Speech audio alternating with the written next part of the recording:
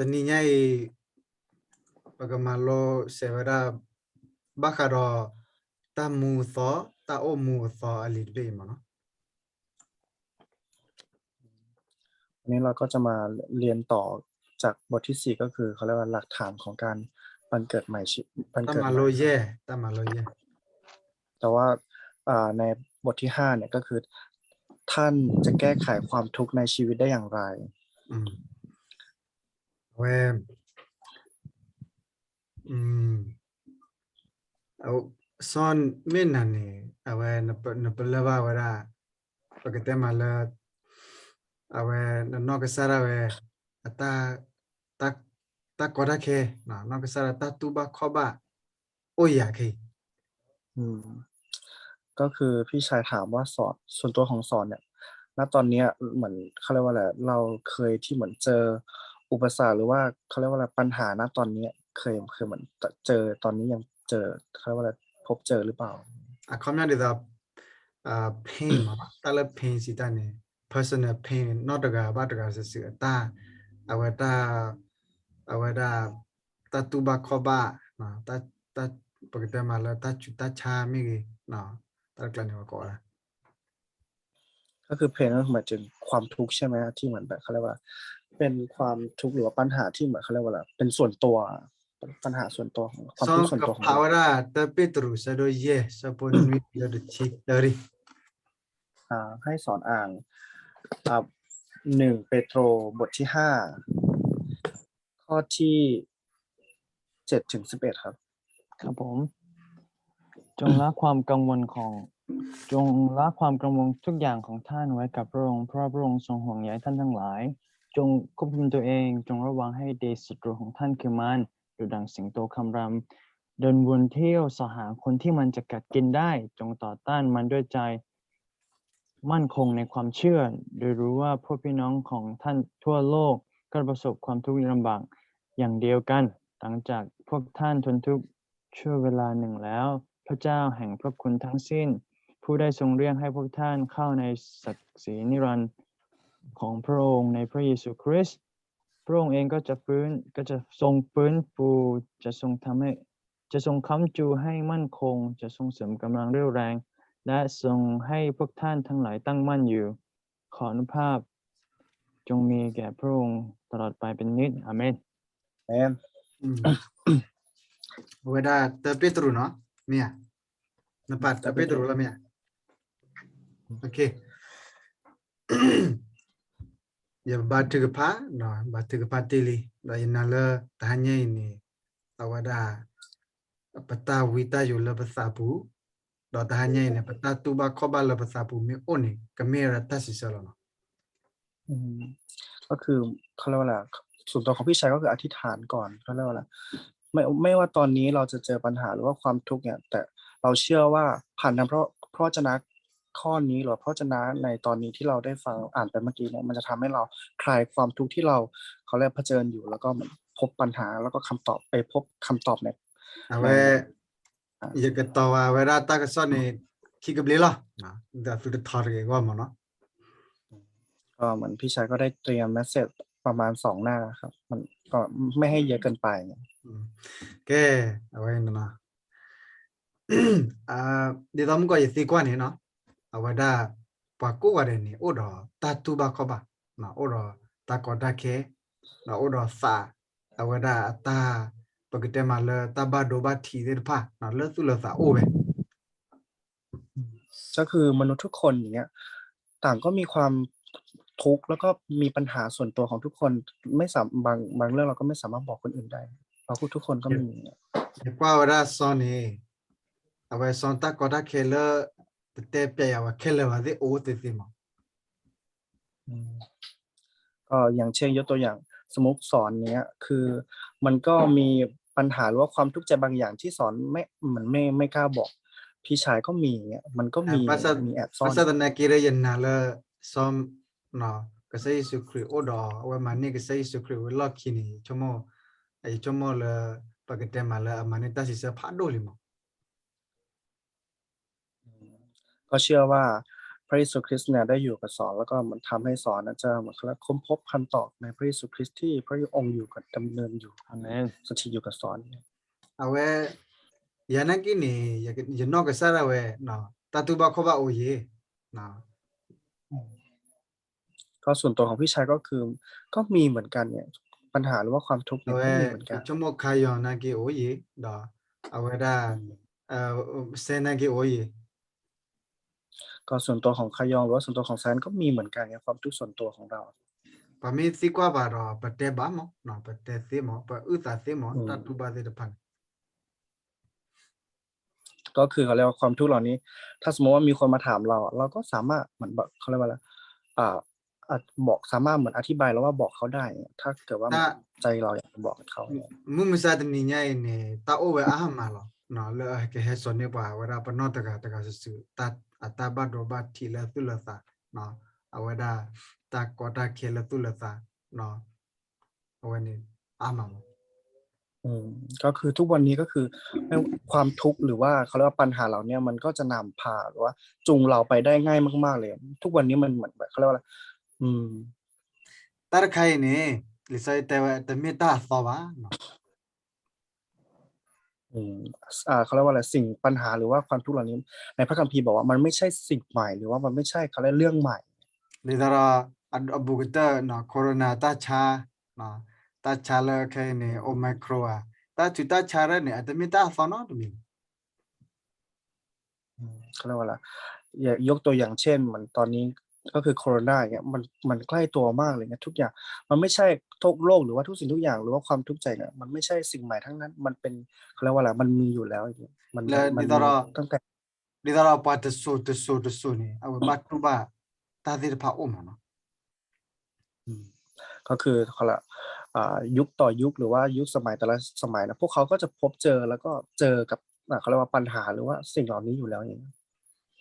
patana na re ke chomo da la ta ko khe khai la pu kwi me ko ya no ko den li so si te ba khe la บางคนก็คิดว่ายุคก่อนหน้าเราเนี่ยมีหรือเปล่าปัญหาเหล่านี้หรือว่าเขาเรียกว่าอะไรโลกเหล่านี้มีหรือเปล่ายุคก่อนหน้าเรามีแน่นอน awe patana na re awe kwa so me ra ta tu ba khabar khala wa chomo tar khai me he pele no tar khai me me ta ga he ya le da ha khu ta si sa ba o บางคนก็เหมือนพอเจอเขาเรียกว่าความทุกข์เราจะมาก็หาว่ามันมาจากไหนแล้วใครเป็นคนให้เขามาเขาก็หาแล้วก็ไม่รู้คำตอบว่ามันมาจากไหน na me ga li so te wa la no le a khot thi ni de wa ka sai wa ti lo pa ka nyoi ni le ka sa khu lo no le ka sa khu ba lo ตั้งแต่เริ่มแรกเลยก็คือพระเจ้าเนี่ยได้สร้างมนุษย์ขึ้นเพื่อที่เขาเรียกว่าจะมีความสุขเลย ka sai wa ti lo pa ka nyo le a ka mani ta sa u ba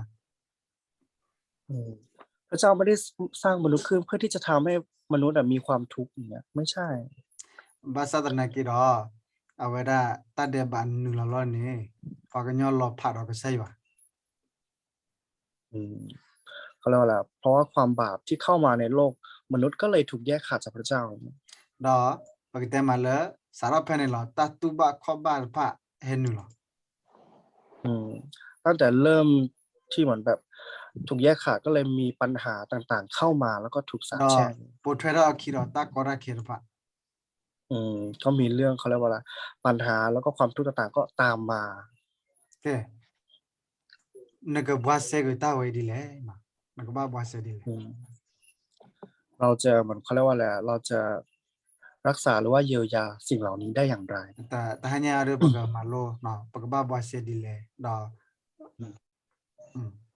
ก็คือเหมือนเราจะแก้ไขปัญหาสิ่งเหล่านี้ได้อย่างไร ke a clock ki ta de ble ni no ai we ni ya we ta khai ni me na thia thi ya thi ya ke ta thi ni ta ka mo pa ta thi ni ta tu ba kho ba pha he sa ro da phi le ก็คือในบทที่1ที่บอกว่ามนุษย์เริ่มมีความทุกข์เข้ามาตั้งแต่เมื่อไหร่เนี่ย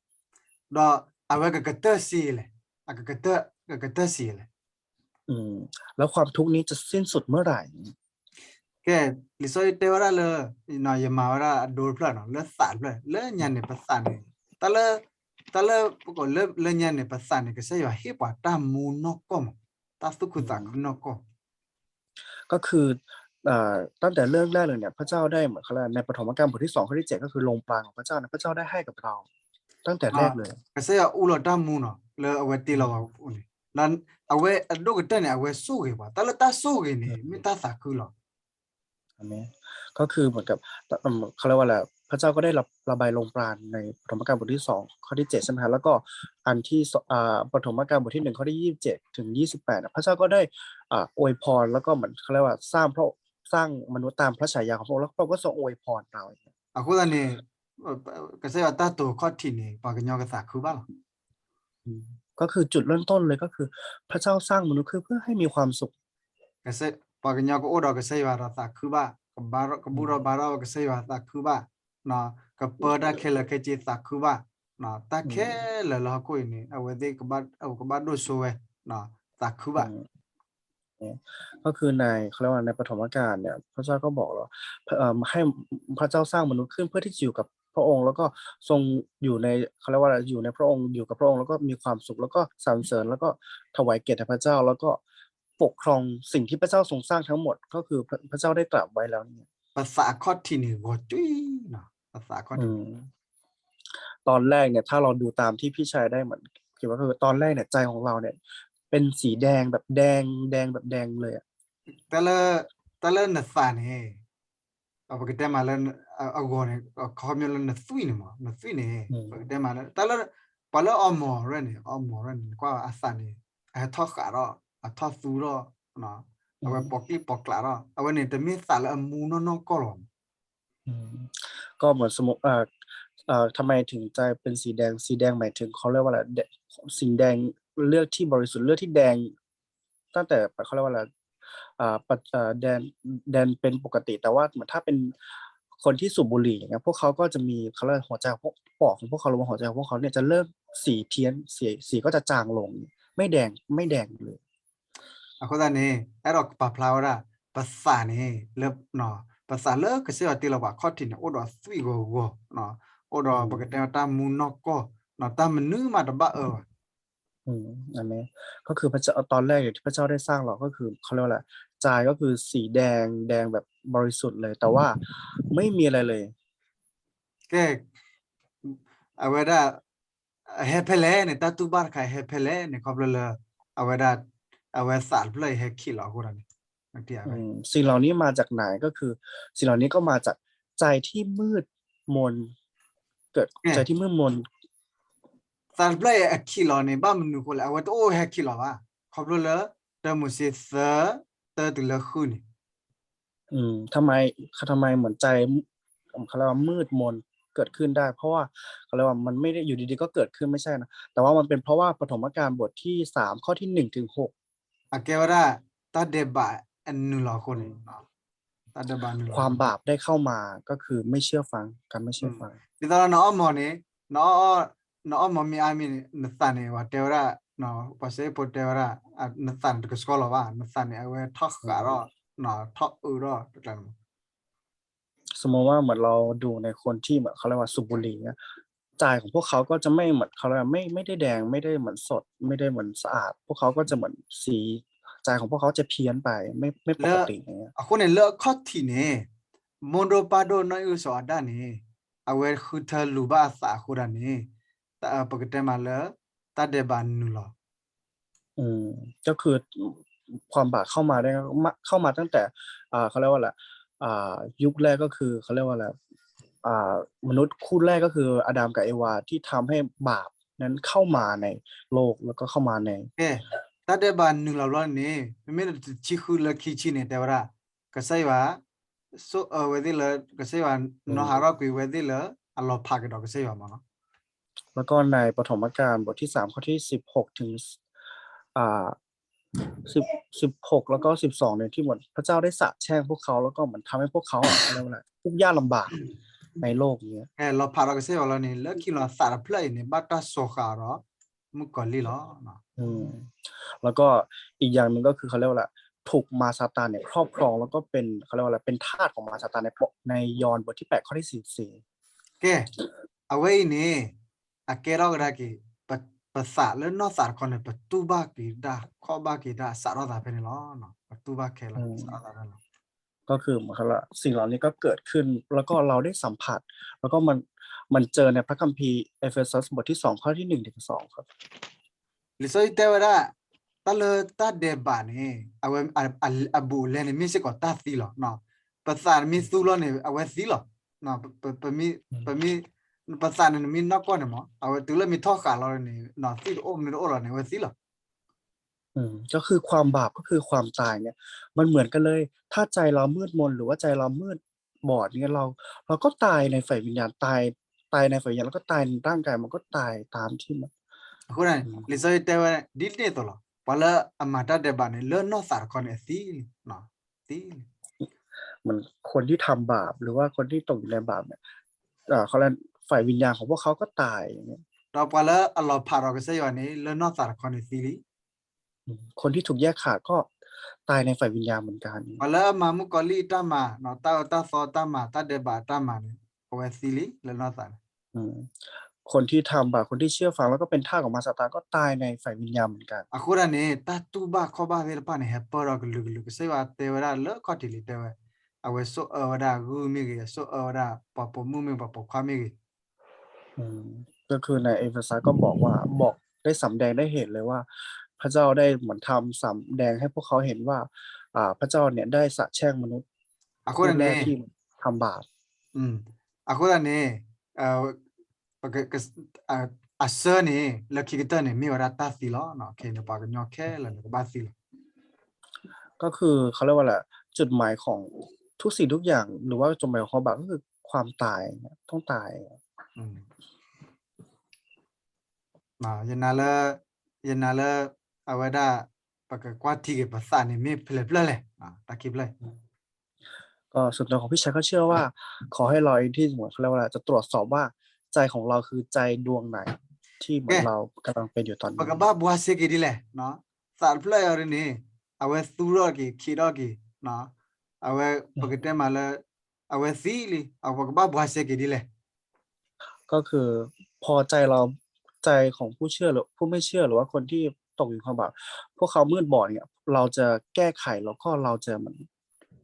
แก้ไขมันอย่างไรอย่างเงี้ย ลิซอยเตเวเทกษยสุคริลเนาะเวเฮมหากกุยรามุกลีตามาสิลเนาะเวตยูฮัสดุสสบุข อาเมนก็คือเราจะแก้ไขปัญหาความบาปนี้ได้อย่างไรก็คือมีในพระคัมภีร์เนี่ยบันทึกว่ามีเพียงพระเยซูคริสต์เท่านั้น ที่จะมาแก้ไขแล้วก็ทำให้เราหลุดพ้นจากใน1 ยอห์นบทที่3ข้อที่8ยมาราใครเนี่ยเวอคอมยอนเนี่ยดีตลอด Trinity มั้งเนาะ Trinity ดีตลอดป้ากษาโพกษาตาซอสิกษามั้งแล้วก็เนี่ยกษาอยู่เซลล์เนี่ยป่ะมันก็เลยปกษายิสุคริสต์เนาะเขาเลยเอาไว้ดีป่ะเขาก็บอกคน อาเมนก็คือทุกเขาเรียกว่าอะไรสิ่งเหล่านี้ที่เกิดขึ้นเนี่ยก็เราเชื่อในพระเจ้าเตรียมอนุภาพพระเจ้าพระบิดาพระเจ้าพระบุตรแล้วก็พระเจ้าพระวิญญาณบริสุทธิ์ที่เหมือนส่งพระเยซูคริสต์เนี่ยเหมือนเขาเรียกว่าอะไรมาตายแทนเราบนไม้กางเขนเนี่ย ตาใครเนี่ยเกี่ยวกับกษาอยู่เนาะก็คืออันนี้ก็คือเป็นเขาเรียกว่าอะไรพระเยซูคริสต์ ตาใครอะไรเนี่ยเซนเอาไว้โพกษาเนาะ อันนี้ก็เป็นลูกก็คือเป็นลูกให้อันแรกเป็นพระบิดานะครับแล้วก็อันที่สองเป็น ปกษาอยู่มีกษาอยู่เลยตาบัติกษาเราพวกเรา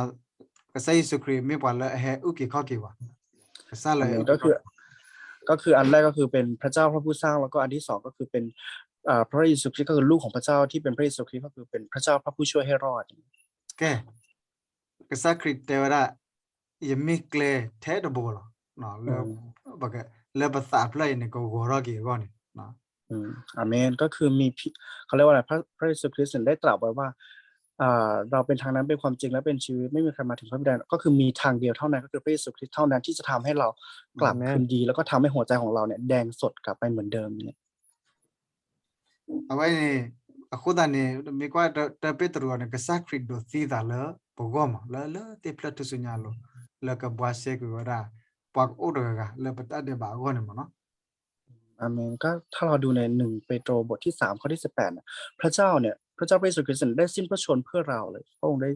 สิ้นพระชนม์ Akevara เพื่อเรา mi kwa ke pe te Petru sado third chi kon te ora le awe mi pato pa lo he do ti da le pat to to lu go อืมก็ใ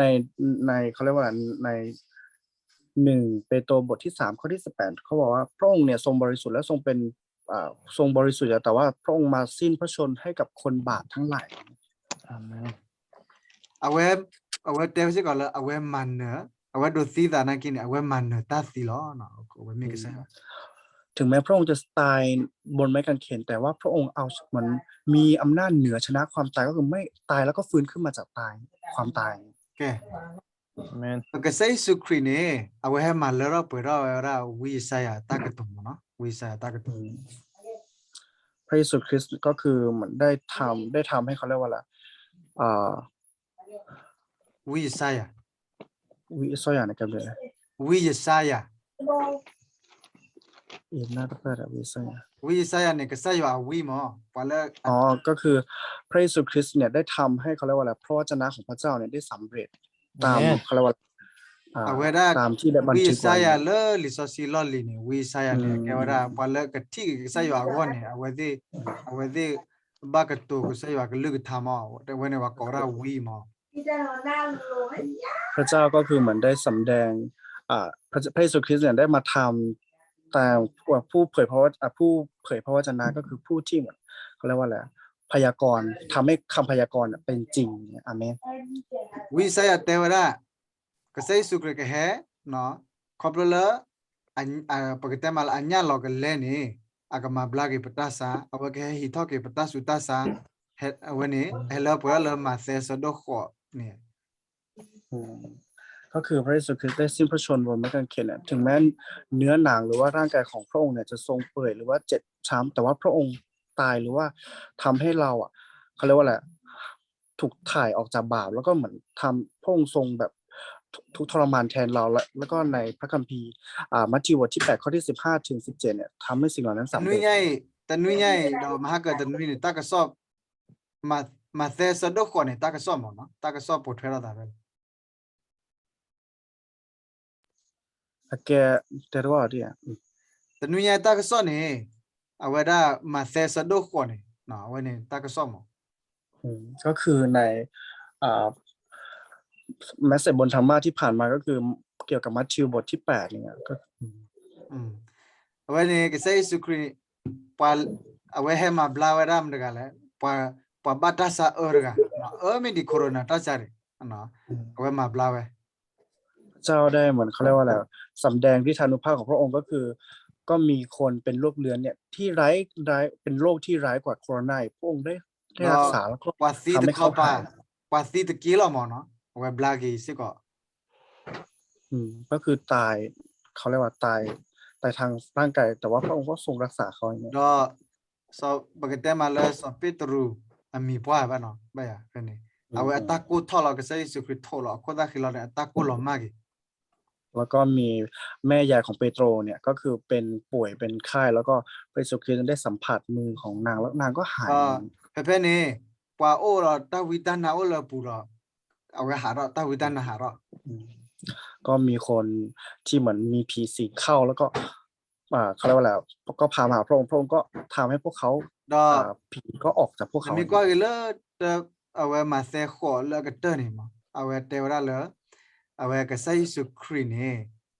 ke li lo po da le ni ke na ba ke na ke lu de ถ้าเราดูในมัทธิวบทที่8ข้อที่ท้ายๆนะมันก็จะบอกว่า แม้กระทั่งลมหรือว่าทะเลเนี่ยเชื่อฟังพระสุรเสียงของพระองค์เนี่ยก็คือ akura ni ฟัง ne mi kwa be ma se sa do kho ni te wa pa le na wa ke sai su kri ke lu do pa na wa ke sai su kri ni ma ni ta ma bla ko ga de ben อาเมนก็คือในมัทธิวบทที่8เนี่ยก็เหมือนเป็นพยานเลยว่า ใครที่เชื่อในเขาเรียกว่าอะไรเพราะฉะนั้นเชื่อในคำตรัสของพระเยซูคริสต์เนี่ยคนที่เป็นโรคหรือว่าคนที่เจ็บป่วยพวกเขาก็จะหายอย่างเงี้ย อาเมน ขอบเลยก็ใช้สุครีเนี่ยลีอยู่ฮัตเตอร์ปากเกดอกได้กี่อยู่อ่ะพูดตอดบล็อกก็แล้วเนาะ เพราะว่าเหมือนเขาเรียกว่าอะไรเพราะว่าพระเยซูคริสต์ในพระคัมภีร์ยอห์นเนี่ย ได้ทำให้เราได้กลายเป็นลูกของพระเจ้าอีกครั้งหนึ่งอาเมน เอาไว้ Amen. เนี่ยเอาไว้เนี่ยคอมยอนเนี่ยภาษาเปล่าเฮกูรอล้อเนาะเอาไว้เลิกปุกภาษาสู้เลยเนี่ยไว้ท่อกูรอก็ได้กันเนาะ อาเมนก็คือเหมือนสิ่งที่พูดมาทั้งหมดว่ามันเลยทำให้เราใจที่มืดบอดของเราที่ตกเป็นบาปกลับมาแดงอีกครั้งหนึ่งเพราะว่าเราเชื่อแล้วก็ได้รู้ความ แต่ จ เป็ ริ น ง ตรูสะดวกเยอะสะพนนุ้ยเนี่ยเอาไว้ซองกับผ่านวอร์ อืมขอให้สอนอ่าน1เปโตรบทที่5ข้อที่7อีกรอบหนึ่งนะครับ แต่ว่าไปนี่เดี๋ยวนะก็เยอะสุดท้ายอยู่บ้าบอนี่ปะทอลเวดาลูเคลร์กีเรดีสาวตุลอนะซองกับผ่าน อันนี้ให้สอนอ่านนะครับ1เปโตรบทที่5ข้อที่7จงละความกังวลทุกอย่างของพวกท่านไว้กับพระองค์เพราะว่าพระองค์ทรงห่วงใยท่านทั้งหลาย Amen. อาเมน ปะตา Amen. บาอยู่บ้าบอปะตาตูบ้าขบ้านี่เฮปาราสูเอาไว้โอเอาไว้สาวบาลอเนาะเอาไว้ที่ ความกังวลกังวายหรือว่าความทุกข์ของเราเนี่ยเหมือนเขาเรียกว่าอะไรมามอบให้กับพระองค์พระเยซูคริสต์เลยพระองค์จะทรงเขาเรียกว่าอะไร ดอก มองเห็นทุกอย่าง เอาเลยปะก็ใส่สุครีเน่ปะก็มันนี่ว่าได้ตามมูทอเนาะ new life ตามมูทอเนาะก็มอ อาเมนก็คือเพราะพระเยซูคริสต์ที่เหมือนสิ้นพระชนม์เพื่อเราเนี่ยเราก็จะเหมือนเขาเรียกว่าอะไรได้บังเกิดใหม่ก็คือในได้การบังเกิดใหม่ในกาลาเทียบทที่2ข้อที่20ครับอาเมน เดี๋ยวมุกอตาร์คาร์เนี่ยอาแกว่ากันยอมมีแต่แค่น่ะว่าสัตว์นักกีฬานามีก็เลยก็เล่นปุ่นก็ใส่สุครีมโอเนี่ยก็ใส่สุครีมเท่าไหร่ยาสาวดูล้อยาเคดูล้อเนาะเฮซุยโอร์กี อาเมนเขาเรียกว่าอะไรในที่พี่ชายได้เขียนไว้ก็คือ แม้ว่ามนุษย์ที่อยู่รอบข้างหรือว่าทุกคนเนี่ยเขาจะไม่แคร์เรา แต่ว่าพระเยซูคริสต์ทรงบอกว่าพระองค์ทรงแคร์เรา เพราะเราใจของเราอยู่กับพระองค์แล้วก็พระองค์ก็อยู่กับเราพระองค์ทรงแคร์เรา นามี Amen. ตุโลกใส่สุครีนอกก้อนนี่เดี๋ยวนะสัตว์เล่นนี่อากาศสารวัตรเนาะตาสัตว์อ๋อดูเนาะเว้ยกลาตีสะดวกเยกิจิกิเตอร์ อาเมนก็คือเหมือนถ้าเราเชื่อแล้วก็วางใจในพระเยซูคริสต์จริงๆเนี่ยผลของความเชื่อมันก็จะเกิดในตัวเรามากมายก็คือในกาลาเทียบทที่5ข้อที่22 ปาโซเซียตาเป็นเนี่ยโอ้รักควิปละ อาเมนก็คือจะมีผลของความเชื่อ9ลูกด้วยกันอาเมน เอาไว้เนี่ยเอาไว้ยันนั่นละซองก็เก็บผ้าไว้เนี่ยนามีไม่ว่าได้เนาะก็ใส่สุครีมีโอลนตาบุนอกก้อนนี่ตาสัตว์ใครแข่งตาเรานอกก้อน อาเมนก็ขอให้ส่วนตัวของเราทุกคนที่จะย้อนกลับไปอ่านก็คือกาลาเทียบทที่2ข้อที่22ที่บอกถ้าใครที่เชื่อแล้วก็วางใจในเรา อา มัน ป้า ก็จะเกิดผลของค ป้าว าม ว่า เชื่อ ได้เอ่อเนาะตากุยตาสุขุตาคือ ก็ในเนื้อหาก็จะมีถึงความรักแล้วก็ความชื่นชมยินดีหรือว่าความ เนาะตาคุ การมี ตา ความ โพ สุขแล้วก็ความปลอมดองเป็นหนึ่ เอา ง ไว้ เดียวกัน ตากอสุกอซา แล้วก็อ่ากอซื้อกอสานี่อะไร ตากอสุกอซาโอเปนนะมั้งเนาะเก็บผ้าแก Amen. เอาไว้เตระสถิตินี่เดระนัสานี่เดระก็ใส่สุครีก็เกล้าเกนมาสเตอร์เนาะปะเปิร์สกันนะแต่มีร้านนักจาราเวโอมูลนักตาลูบานะสาลา อาเมนก็ในยอห์นบทที่2ข้อที่1ถึง11เนี่ยก็จะพระเยซูคริสต์เนี่ยจะกลายเป็นเขาเรียกว่าอะไรอาจารย์หรือว่าเป็นผู้ที่คอยจูงนำเราอย่างเงี้ย นั่นไม่นึกว่าว่าเราคอมฟูเพนได้ยัง กาฟูแพนด้าส่วนตัวของเราได้ดูหนังกาฟูแพนด้าหรือเปล่า เอาไว้อัตราโนชิล่ะนั่นก็ลักกี้ว่าก่ออัตรามาสเตอร์ลักกี้อัตราเฮียตาสุกมอชอร์คำ อาเมนก็เหมือนกับอาจารย์ซิฟูเลยตัวเล็กมาก แต่ว่าเขาก็ไม่ยอมรับว่าเป็นอาจารย์แต่ว่าภายหลังเนี่ยเขายอมรับว่าเป็นอาจารย์ อาจารย์ก็เลยถ่ายทอดวิชาให้กับเขาเขาก็เลยกลายเป็นลูกศิษย์ ลักกี้ละอัตราเฮียตาคุตุละอสุกมอละเอาไว้อุดรคันมาเพลเอาไว้ก่อไว้อัตราละเอาไว้ดึกเกล้าอัตราละก็เต็มมาละอากาศร้อนเนี่ย ก็เหมือนกับพออันนี้คือยกตัวอย่างนะครับพอแพนด้าเนี่ยเขายอมรับว่าซิฟูเนี่ยเป็นอาจารย์ของเขาแล้วซิฟูก็ค้นพบแล้วก็หาวิธีที่จะทำให้เขากลายเป็นนักรบมังกรได้ในเวลาที่รวดเร็ว ปากใส่สุครีนี่เอาไว้สุกมอดูไม่ได้คอมฟูเพนด้าอัตรากันนั่นไม่ดึกเกล้าแล้วนึกสานนกก้อนเนี่ยเอาไว้ก็มาตาลอลาม อาเมนก็คือเขาจะเรียกว่าอะไรก็คือ กังฟูแพนด้าเนี่ยเราดูแล้วมันก็แบบยิ่งใหญ่มากเลยใช่ไหมแต่ว่าพระเยซูคริสต์เนี่ยถ้าเราเชื่อแล้วเราให้พระองค์เป็นเมนเทอร์หรือว่าเป็นมาสเตอร์ของเป็นอาจารย์ของเราเนี่ยแน่นอนพระองค์จะทรงฝึกฝนแล้วก็สอนเราอย่างที่เราไม่อาจคาดฝันได้ก็คือยิ่งใหญ่กว่านรกมังกรอีกแน่นอน Amen. เอาไว้มี Amen. เกวราก็ใส่ครีมมีเกวราประมาณเสน่ห์ก็สักครีเตว่าตุกมาตาโดนี่ดีมัน อาเมนก็ถ้าเรายอมรับว่าพระเยซูคริสต์เนี่ยเป็นอาจารย์แล้วก็เป็นผู้ที่สอนเราอย่างเงี้ยเขาเรียกว่าอะไรพระองค์ก็ตรัสว่าเราจะเก่งกว่าพระองค์แล้วเราจะทำได้มากกว่าพระองค์ na mi kwa le yoha sado ki sabota de le chita ne pomu de ga ne awe de kera ka sakri le akasa khoda ne talola ma ta la taw mo ก็ถ้าเราดูในยอห์นบทที่2ข้อที่1ถึง11เนี่ยมีผู้หญิงคนหนึ่งที่เหมือนแบบเขาเรียกว่ายอมรับแล้วก็ให้พระองค์เนี่ยเป็นเจ้าของชีวิตแล้วก็เป็นอาจารย์ของเขาพระเจ้าก็ได้ทำการงานของพระองค์ในชีวิตของเขาอย่างยิ่งใหญ่ se ya ma talola ago le ti ne ke se ya de kera le spiti le awe da wa plo da ago mo อาเมนก็พระเยซูคริสต์ก็ได้สำแดงถึงเขาเรียกว่าน้ำเปล่าที่อยู่ในโอ่งเนี่ยกลายเป็นน้ำเหล้าองุ่นที่เป็นรสชั้นเลิศเลยเนี่ย ke yoha sado de silui de chi khu de chi nui da ki ji khu ne de ra na mi de kera ka sai sukri le na ka sa ro ka sai sukri awe ala le ta so si ko ra na thobo lo เหมือนถ้าในยอห์นบทที่14ข้อที่16ถึง17เนี่ยแล้วก็26เนี่ยถ้าเรายอมรับแล้วก็วางใจในพระองค์เนี่ยพระองค์ก็จะเขาเรียกว่าอะไรเราก็จะสารภาพแล้วก็ให้พระองค์เนี่ยเป็นเขาเรียกว่าอะไรเป็นหนึ่งเดียวในใจเราแน่นอน na sa bla ne mi ore da le ya do so na ta po ta lo do so na ta khu mi khu sa do so ne na sa bla ne ore la ta ki ta na bu la ถ้าใจของเราเนี่ยยังคงอยู่ในเขาเรียกว่าอะไรตัวฉันแล้วก็ทรัพย์สินแล้วก็เงินทองชื่อเสียงเนี่ยเราก็ยังคงตกอยู่ใน la ki ใจ ta ที่ ne มืด awa บ ka อด ma lo phana do ka sai wa na la ki ta ne mu ko li pa na ka ni da wa ke he na ta ta ko ta ke ta pe yu ko lo aka ter de ba wa ke he na pe yu ko lo ก็สุดท้ายสุดก็มันก็จะทำให้เราถูกแยกขาดจากพระเจ้าอีกครั้งหนึ่งแล้วก็ทำให้เรามืดบอดแล้วก็ไม่สามารถที่จะเขาเรียกว่าอะไรพบกับเขาเรียกว่าอะไรไม่สามารถที่จะประสบความสำเร็จแล้วก็ล้มลง ye te ta sa ku so ne pa ta na la wa de le nya ne wa de ka na wa de he ka na ama la ki lo ma ke pha ji lui la je la he por ga te wa dra de le nya ta lo pha ga se yo la pa te ta ba ko ba ke ra ma de อืมก็เหมือนกับพี่ชายเนี่ยเขาเหมือนได้ดูแลแล้วก็ได้รับเขาเรียกว่าอะไรให้เมสเสจที่เขาเรียกว่าอะไรนักเรียนอย่างเงี้ยแต่ว่า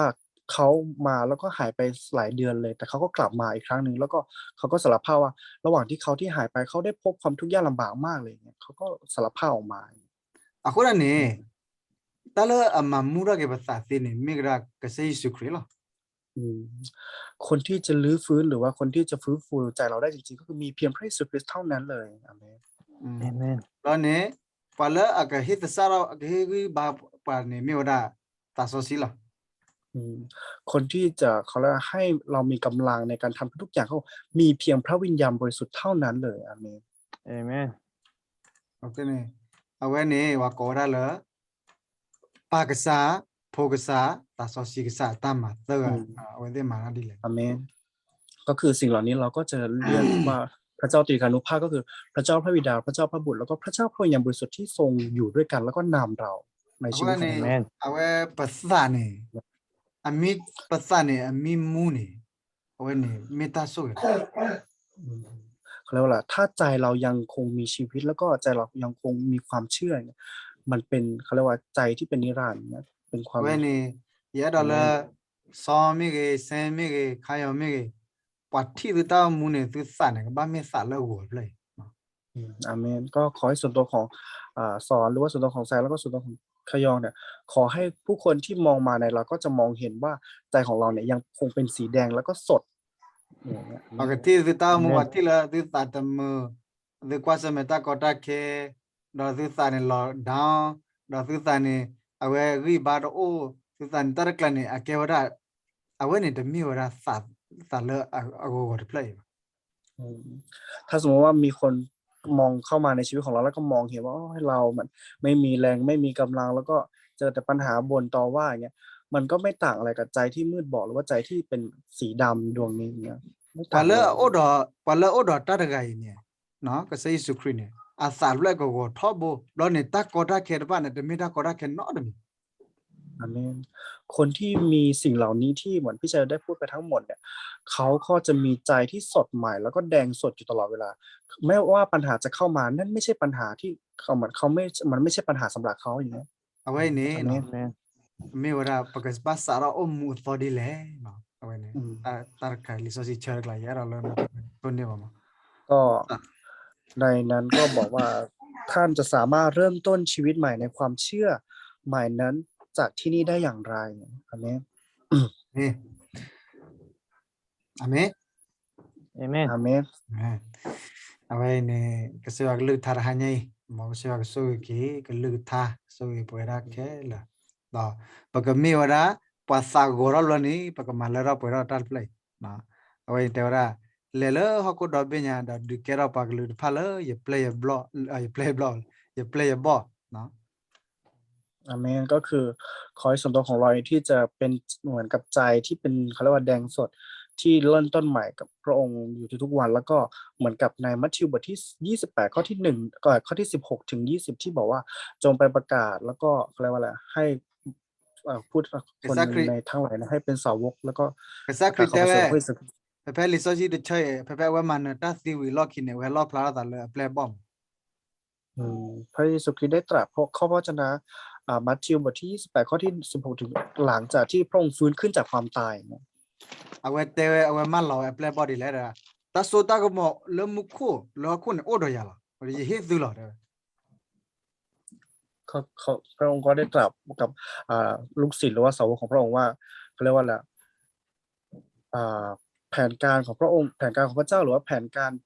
ที่อยู่บนสวรรค์เนี่ยก็อยู่กับพระองค์เนี่ยพระองค์จะให้เราแน่นอน อาเม awe น te ye he lo du de we le lo ko do be nya do te ta ta ku so he si ko ba อาเมนก็คือพระเยซูคริสต์ก็ตรัสว่าเราจะให้เจ้าแล้วก็จงออกไปแล้วก็ปฏิสมาพวกเขาด้วยน้ำแล้วก็พระวิญญาณแล้วก็พระบุตรเพื่อที่พวกเขาสามารถที่จะประกาศพระเยซูคริสต์ได้ awe te ka ta ti ye ko odo du lo so lo tho lo ko mu ni ko mu na lo อาเมนก็พระเยซูคริสต์ก็ตรัสว่าเราจะอยู่กับเจ้าตลอดเวลาแล้วก็ทุกวันเวลา na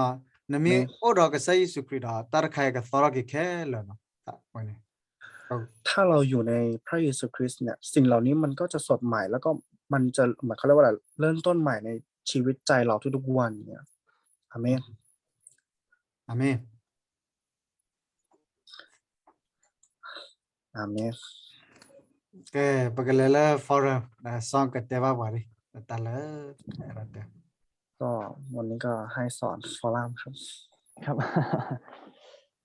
ครับก็สำหรับของสอนอาทิตย์นี้ สอนรู้สึก เหมือนไม่ใช่ว่าว่างเปล่า แต่ว่าเรายึดพระวจนะคำไม่ได้รู้สึกกังวลตลอดเวลาอาจารย์ ก็เอาไว้จะถ้าจะนุยว่าเอาไว้ตัวอะไรแบบเอาไว้ตัวเลยเอาไว้วอรี่ได้เลยที่ก็เอาไว้เถิดนี่พ่อนี่ก็ใส่ก็ใส่แบบเลือกทางนี่เอาไว้วอรี่ใช่ เหมือนกับเป็น เหมือนไม่มีความเชื่ออย่างเงี้ยอาจารย์เหมือนปัญหาความเชื่ออย่างเงี้ยเอาไว้น่ะเอาไว้ชั่วโมงเอาไว้สิ่งอย่างไรเลยอันบ้าชาเราต้านหนาหมอต้านหนาตัวตีไว้แล้วต้านหนาเอาแล้วมาให้เลยเอาไว้วอรี่ได้เกี่ยวกับมั้ง แล้วก็แต่สอนก็ยึดคำหนึ่งที่ยึดนะ แต่ว่ามันยังไม่เกิดผลนะแต่สอนก็ยึดที่ดำรงชีวิตก็คือ ใครที่มีพระบุตรก็มีชีวิตอย่างเงี้ยอาจารย์ อาเมนเอาไว้หนาเลยแกลิซอสิเชียวแต่ละว่าเลยอุดรก็สอยาพูด awe ni ตัด you หัน have แล้ to ว see yeah you have to see yeah support to see to let chi tan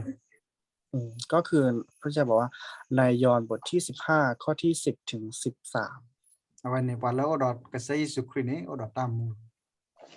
ก็คือใครที่มีพระบุตรก็คือคนนั้นก็จะมีชีวิตนิรันดร์เนี่ยอาเมน แล้วก็มาวันนี้สอนก็รู้สึก เพราะว่าสอนกังวลกระวายอ่ะเพราะมันกังวลอ่ะก็เลยยึดไม่ได้ว่า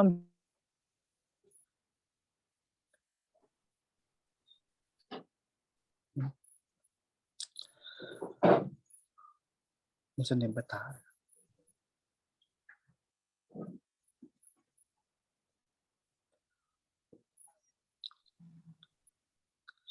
โอเค ดีนะครับค้าง เอาใหม่ครับมันเหมือนกับมันค้างอะไร อ่าก็ โอเค ก็เหมือนครั้งนี้ Bible Study เวลาเนี้ยที่พี่ชายหัวข้อวันนี้เนาะเขาบอกว่าโอ้จงละความกังวลของท่านไว้กับพระองค์เพราะพระองค์ทรงห่วงใยท่าน เราละความกังวลของเราแล้วไม่ใช่งั้นไม่ใช่แค่จบแค่ละความกังวลแต่ว่าพระองค์ห่วงใยเราอีกอย่างเงี้ยอาจารย์ อันนี้ก็คือเหมือนกับเขาเรียกว่าอะไรเอาไว้เตวรามอเอาไว้อันหลัวน่ะแล้วเอาไว้ที่ว่าอะไรเอาไว้ที่ละแลเอาไว้ที่ตากอตาเคลอนเนี่ยเอาตัดหนึ่งอย่างเอาไว้ตัวอะไรต่อละแต่ละเอาไว้รีซอสที่แชร์เอาไว้หลัวน่ะแล้วเอาไว้ตัวมาคนนั้นเอาไว้แต่ส่วนใหญ่เนี่ยเอาไว้มาให้เราบอกว่าเราตัวนี้เอาไว้เอาไว้มาเจอไปยิง แล้วก็ในมัทธิวบทที่28ข้อที่18อ่ะพระเยซูสิทธิอำนาจทั้งหมดในสวรรค์ก็ดีในแผ่นดินโลกก็ดีทรงมอบให้แก่เราแล้วอย่างเงี้ยอาจารย์โอ้อันนี้ก็คือเอาไว้ยึดในมัทธิวคิชิขอตชีคือท่านเนี่ยแล้วต่อ所以他说过嘛了么可妹妹了好可妹妹个โอดอนอาเมน อาเมน เพิ่มก่อนลิซ่าที่เช่นเนี่ยเอาไว้ได้แต่อยู่หันแต่อยู่หันสะดวกเย่อาศัยพอจะชิตติละจะชิตนะเอาไว้เพิ่มก่อนจะมีอยู่หันแต่อยู่หันแต่จะเขาพระวจนะก็ที่สอนเยอะก็คือ1 ยอห์นบทที่5ข้อที่1ถึง15ที่จะชีติละข้อที่10ถึง10ข้อที่10ถึง15ที่บอกว่าใครที่มีพระบุตรคนนั้นก็จะมีเรียกว่าชีวิตนิรันดร์อาเมนอาเมนเอาไว้ อาเมน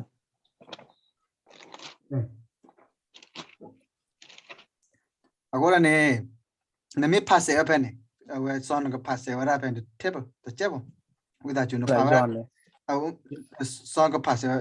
the petru sa do ye asa bo khon nui lo ro khon dia pa khon แต่เปโตรซาโดเยสโปขอนี่ asa bo khon ma son pa ni ให้สอนอ่าน1 เปโตรบทที่5ข้อที่7แล้วก็ข้อที่8ลองอ่านลองต่อมาแล้วก็จะทำให้ดูเข้าใจ ข้อที่8โลอ่ะ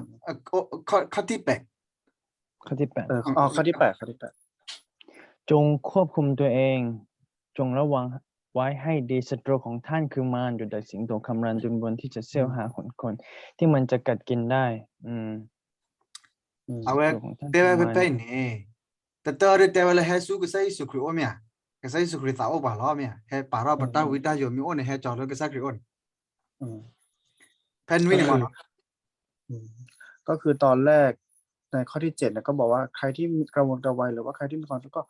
มอบความทุกข์ให้กับพระเยซูคริสต์นะพระองค์ก็จะทรงแบบเขาเรียกว่าอะไรทำให้เราหายทุกข์เองแต่ในข้อที่7แพ้ขอด้วยเนี่ยเตะเวลา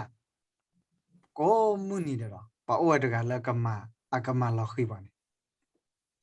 ก็คือในข้อที่8ก็บอกไว้เลยที่อยู่อ่านไปเมื่อกี้แล้วคือมีทุกวันคนที่เหมือนคอยจ้องจะกัดเราเหมือนดังสิงโตอาจจะไม่แต่ซอวะอาจจะไม่คิดซอวะก็มุนี่เด้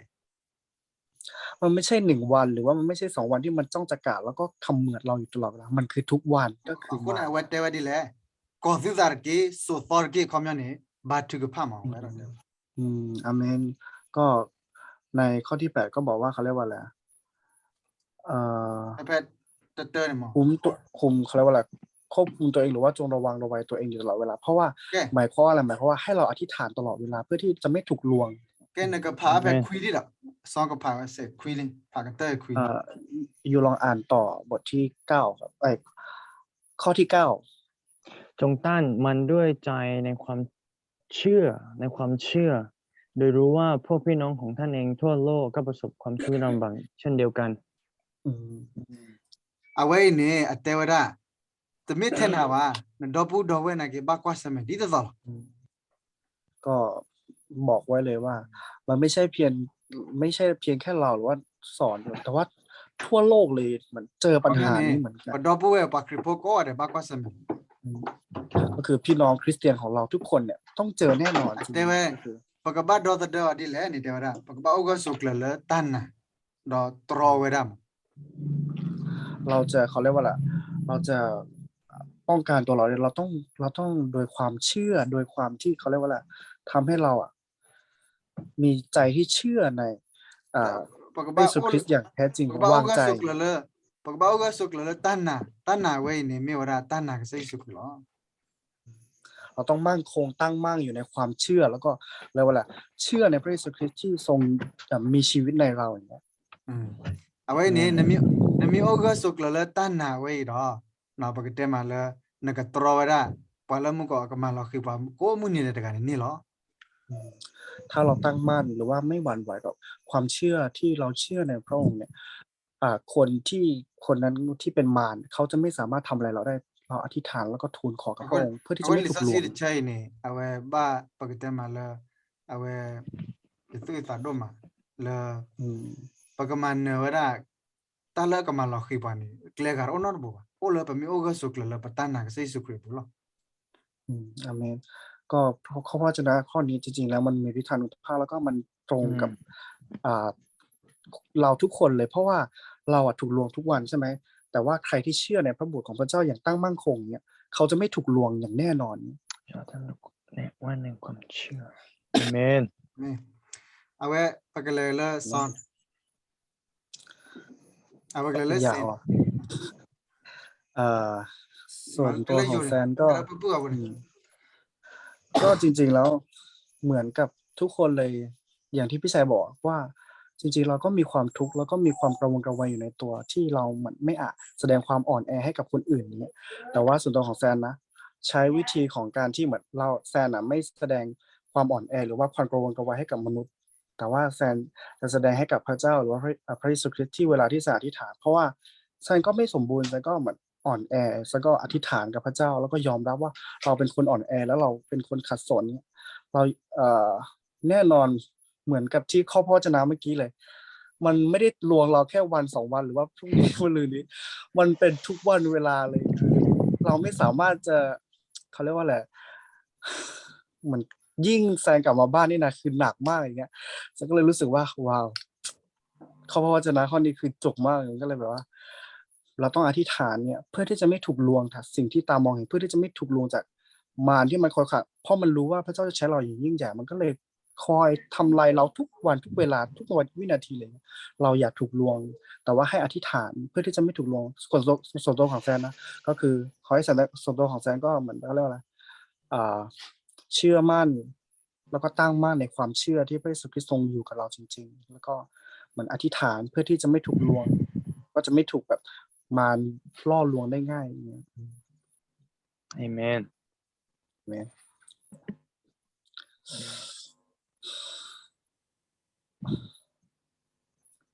Put on camera แล้วจะออกเลย awe pagba thi ba now let me pray Okay. Lord, we thank you once again for giving us this blessing of meeting, especially blessing of worshiping and also sharing the gospel and also forum about your word and the Jesus Christ, the resolution for all our suffering and problems. And thank you for your grace through our Lord Jesus Christ. And thank you for your word. And thank you for the guidance of the Holy Spirit. And especially we thank you for the life of our brother son. And right now, I pray that may you give him power, which is truly will be from you, will come through the power of the Holy Spirit and will be upon him always as he is preparing for your kingdom. Lord, we pray for his family. We pray for the blessing of meeting with all the people everywhere. That the place where he is now will be a place that you are with him, and also you are showing your power and your guidance and your word, and also let him will be truly experience the gospel and only the gospel. And thank you for the life of our brother Sen also. May you, as he prepare for college, may you also guide him, also lead him with by the power of your Holy Spirit, and also let him always have victory in worship and also in Jesus Christ. And also our sister Kayon, we will be we're also preparing for college, for nursing school. So I pray that she will start a true start with Christ, and also true strength with Christ, true power with our Lord Jesus Christ, so that she can be gospel elite, that we save the few, we save the church, we save the people who are in who have lost in the darkness. And thank you, Lord, for this time. May you use us for the gospel and for your kingdom, and fill us with only the gospel, Jesus Christ, and the power of the Holy Spirit for your kingdom. And in Jesus' name I pray. Amen. Amen. Wow, it's